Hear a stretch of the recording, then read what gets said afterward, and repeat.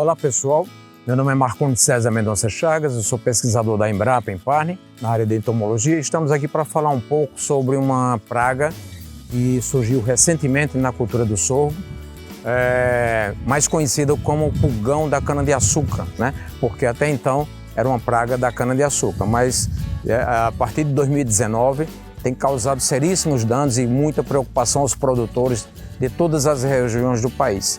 Na região Nordeste em especial, essa praga, né, esse inseto encontrou todas as condições favoráveis, né, do ponto de vista climático, sobretudo a questão da temperatura e umidade. Então, quero dizer a você, produtor, que nesse vídeo nós teremos a oportunidade de mostrar para vocês algumas particularidades do inseto, né, dessa praga, como reconhecer a sua chegada na cultura, o seu dano, né, os sintomas na folha e como controlar, algumas dicas de controle, enfim, como manejar essa praga no sentido voltado a minimizar as perdas, né, provocadas pela sucção de seiva, né, e também transmissão de doenças à cultura do sorgo. Antes nós só conhecíamos basicamente no sorgo os danos da lagarta do cartucho, Spodoptera, né? Spodoptera frugiperda, que é a lagarta do cartucho. Então o produtor costumava voltar os seus olhos somente para o cartucho do sorgo, seja a plantinha pequena ou mesmo a planta já em seu pleno desenvolvimento ou antes até da emissão do emborrachamento, né, da panícula. Então com a chegada desse pulgão, nós precisamos mudar um pouco o nosso comportamento, a nossa atitude, o nosso olho, o nosso manejo junto à cultura. Por quê? Porque preferencialmente esse pulgão ele ataca as folhas do bacheiro, ou seja, da metade da planta para baixo. Isso não significa dizer que ele não ataque, que ele não passe da parte basal da planta, da parte de baixo da planta, das folhas de baixo da planta para a parte superior. Tá? Então, os primeiros sintomas de ataque desse pulgão, dessa praga, são mostrados pelo vermelhão nas folhas, umas manchas vermelhas nas folhas. Tá? Então, nós temos aqui ela refletida na face, ou seja, na parte de cima da folha. Mas quando você vira, quando você observa na parte inferior da folha, você vai encontrar as colônias do pulgão. Então, nós temos aqui o pulgão, algumas colônias do pulgão, certo? Ao longo de toda essa folha. Veja esse ponto vermelho da folha. Quando você vira aqui na parte superior, né? Tem a parte inferior e a parte de cima da folha, você vai ver esse vermelhão aqui, essa mancha vermelha, né? Bem apresentada, bem evidente. Esse pulgão tem uma de suas injúrias, além do dano direto, que é da sucção da seiva, ele também é capaz de transmitir algumas viroses, tá? À planta. Então, essa mancha vermelha, né, provavelmente é uma virose transmitida pelo pulgão.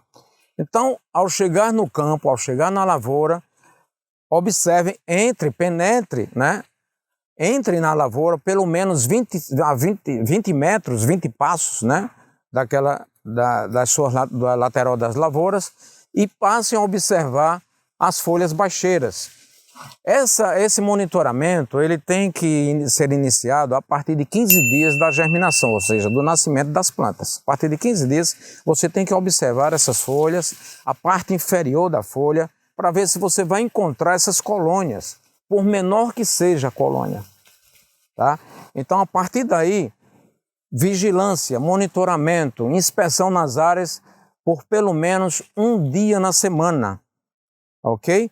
Então isso aí é de extrema importância. Quando a lavoura está com alta infestação, além daqueles sintomas que nós relatamos, né, de a coloração da folha avermelhada, a folha seca, principalmente as folhas de baixo da planta, do terço inferior, mas tem uma característica muito importante associada aos pulgões, porque são insetos que sugam vorazmente. Eles sugam e também liberam uma substância açucarada, tá?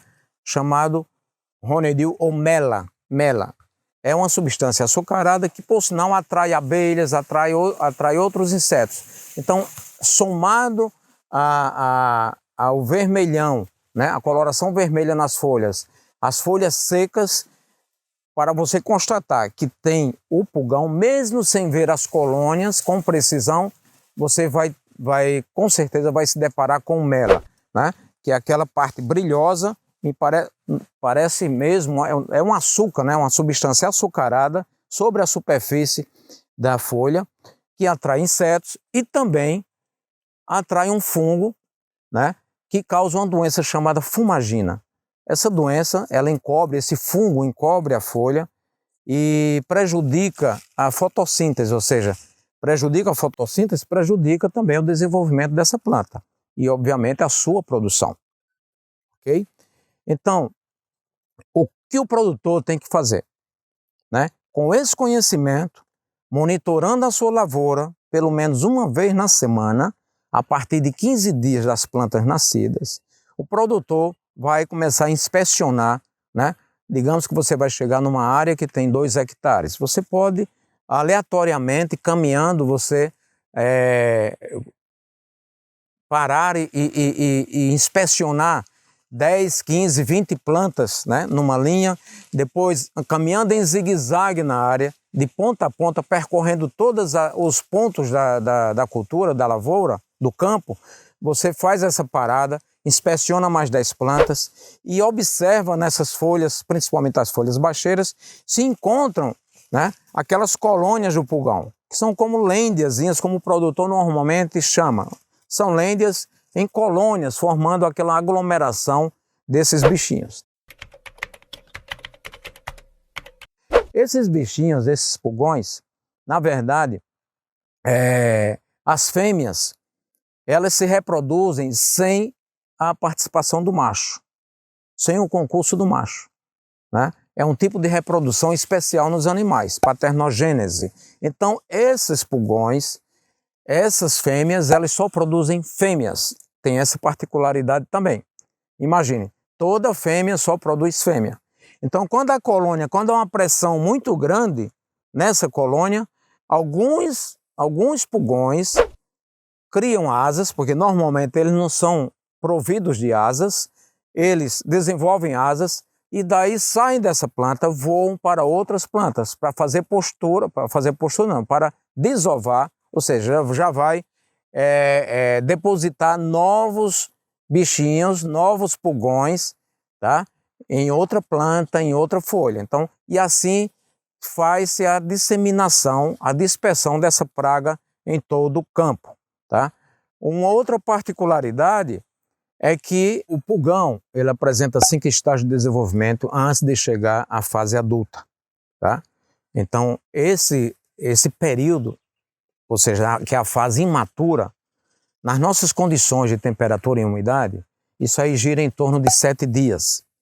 Então, isso já caracteriza uma praga de muita voracidade, porque num curto espaço de tempo, ele se reproduz muito facilmente, ou seja, durante o ciclo da cultura do sorgo, você terá aí várias gerações. Em cada geração ele se multiplica, né, assustadoramente, né? Então, chegando na fase adulta, esse inseto adulto, esse pulgão adulto, ele tem um período de vida aí, em média de 23 dias, né? 23 dias, dependendo das condições de temperatura e umidade. Então o senhor produtor, a senhora produtora vai chegar para mim e perguntar: bem, a minha lavoura está infestada do pulgão, o que eu devo fazer? Né? Eu identifiquei, eu cheguei, entrei no campo, observei que tinha folhas secas, observei que tinha folhas vermelhas, olhei na face inferior da folha, de algumas folhas ainda verdes, nós encontramos as colônias de pulgão. Puxa vida, e o que eu vou fazer agora? Bem, a grande verdade é que esse pulgão pegou todo mundo de calças curtas, até mesmo a pesquisa, né? O que nós poderemos fazer é montar uma estratégia de controle, de manejo. Primeiramente o seguinte, observando qual o estágio da cultura. O sorgo está em que estágio de desenvolvimento? Já está emborrachando, né? Já está granando como esse aqui? já está no estágio leitoso, né? Já próprio para ensilar. Então, se a sua cultura se encontra nesse estágio, a melhor coisa que você deve fazer é reunir os equipamentos, reunir o pessoal e, se for uma variedade forrageira, que vamos fazer o silo. Se é granífero, vamos tentar colher, na medida do possível, obedecendo o ponto de umidade do grão. Então, é diferente, né? O comportamento a ser adotado, a estratégia a ser adotada para um sorgo forrageiro é completamente diferente da estratégia a ser adotada para um sorgo granífero. E agora, doutor, mas eu não vou fazer isso, eu quero controlar. Então, vamos partir para quê? A infestação está muito alta, está descontrolada. Infelizmente, nós vamos partir para um controle químico. Primeira dificuldade é que essa praga, esse sorgo, o pulgão, né, o Melanaphis sacchari, não tem produtos aqui no Brasil registrados para ele. O que os produtores têm feito nas outras regiões que têm convivido com essa praga? É a utilização de alguns produtos já recomendados para o sorgo que tenham algum efeito, né, de controle sobre esse pulgão. Obedecendo o quê? O monitoramento e tentando fazer o controle inicialmente, né, ou seja, nos estágios iniciais de desenvolvimento dessa planta. Por quê? Porque você vai ter certamente uma melhor eficiência desse produto, né? Seja um produto de contato ou um produto sistêmico, né? Um inseticida de contato ou um inseticida sistêmico. Um outro ponto, como o ataque se dá nas folhas baixeiras, o campo, é importante que a área esteja o mais limpo possível, porque o produto não pode sofrer essa barreira do mato, ou seja, das plantas invasoras. Tá? E o terceiro ponto é exatamente essa questão da técnica, né, de quando controlar, como controlar, qual equipamento eu vou utilizar. Lembrando enfatizando que não adianta, no início de ataque do pulgão, você estar voltando, ou seja, dirigindo o seu controle, o seu produto químico para a parte superior das plantas. Não, você tem que olhar para baixo. Então, a partir de agora, o produtor, a produtora de sorgo, ele precisa olhar para o terço inferior, a parte basal da cultura. Repetindo que não significa dizer que essa planta aqui, você não vai encontrar não vai encontrar o pulgão nas folhas, mas do terço superior. Vai sim, só que em menor intensidade, mas quando o ataque já está muito bem distribuído na lavoura e causando danos severos. Pessoal, nós temos constatado a presença cada vez mais de agentes de controle biológico associados a esse pulgão, ou seja, no seu controle, com destaque às joaninhas, aos sirfídeos, ou seja, são moscas, as larvas de moscas, as larvas de crisopídeos, né? Todos esses são considerados agentes de controle biológico de muita eficiência no controle do pulgão. Agora, é importante a gente analisar o seguinte: a tomada de decisão, né, para utilização de um químico, né, de um produto mais seletivo, isso é muito importante. É muito importante, né, quando nós temos a história da população, ou seja, o aumento populacional dessa praga, desse pulgão. Então, por isso que a gente tem insistido no monitoramento, né, aquele caminhamento dentro da cultura, da lavoura, né, em zigue-zague, tomando plantas e as folhas medianas para baixo como pontos de amostragem, para a gente ver e medir o tamanho dessa infestação, o tamanho dessa colônia, o número de colônias do pulgão por folha. Aí nós teremos uma condição segura de retardar, digamos assim, o controle químico, porque uma vez constatada a presença de grande parte desses agentes de controle biológico, então a gente pode postergar, ou seja, a gente pode adiar um controle químico. Então, essa associação, né, esse conhecimento, né, desses métodos de controle, com certeza nos levará ao sucesso, né, a um efeito desejado do controle dessa praga. respeitando, né, sobretudo, a ação dos inimigos naturais, ou seja, desses agentes de controle biológico. Por isso que a pesquisa, né, já começou algumas atividades em campo. Nós, enquanto pesquisadores, nós já estamos desenvolvendo alguns ensaios de campo na tentativa de buscar alternativas, né, que não seja somente o químico para o controle dessa praga.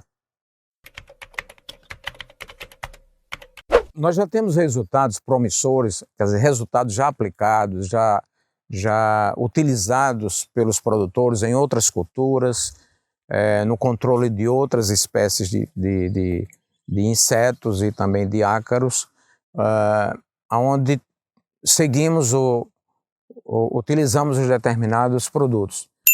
Óleo de algodão, óleo vegetal de uso agrícola e óleo mineral de uso agrícola. Temos, na verdade, nós já testamos vários tipos de óleo, mas na verdade esses aí são de mais fácil aquisição, tá? E de boa eficiência no controle dessas pragas. Então o óleo de algodão, todos eles utilizados hoje, nós estamos testando a 3%, né? Mas pode variar de 2% a 4%. Então tomamos uma concentração média de 3% do óleo. No caso do algodão, 3% do óleo de algodão, mais 2% de detergente neutro, né, para permitir que o óleo se misture com a água. Os outros dois produtos, o óleo vegetal de uso agrícola e o óleo mineral, eles já são formulados de modo que não há necessidade da adição do detergente neutro. Então, os dois também são utilizados, nós estamos utilizando na pesquisa, nos testes em campo, também a 3%. Então, repetindo, óleo de algodão 3%, óleo de vegetal de uso agrícola 3% e óleo mineral 3%, né? Só que o óleo de algodão nós precisamos colocar 2% de detergente neutro nessa solução. Então é isso, senhores produtores e produtoras. Eu espero que as informações tenham sido úteis para todos vocês na convivência dessa nova praga do sorgo. E quaisquer outras informações, né, relativas ao seu manejo, controle, pode nos procurar, pode procurar a Empresa de Pesquisa Agropecuária do Rio Grande do Norte, a EMPARNE, pode procurar a Secretaria, procure a Emater, as secretarias de agricultura dos seus municípios, né, e façam com que essas informações nos cheguem para que a gente possa cada dia mais colaborar e ajudar e contribuir com o desenvolvimento rural do estado do Rio Grande do Norte.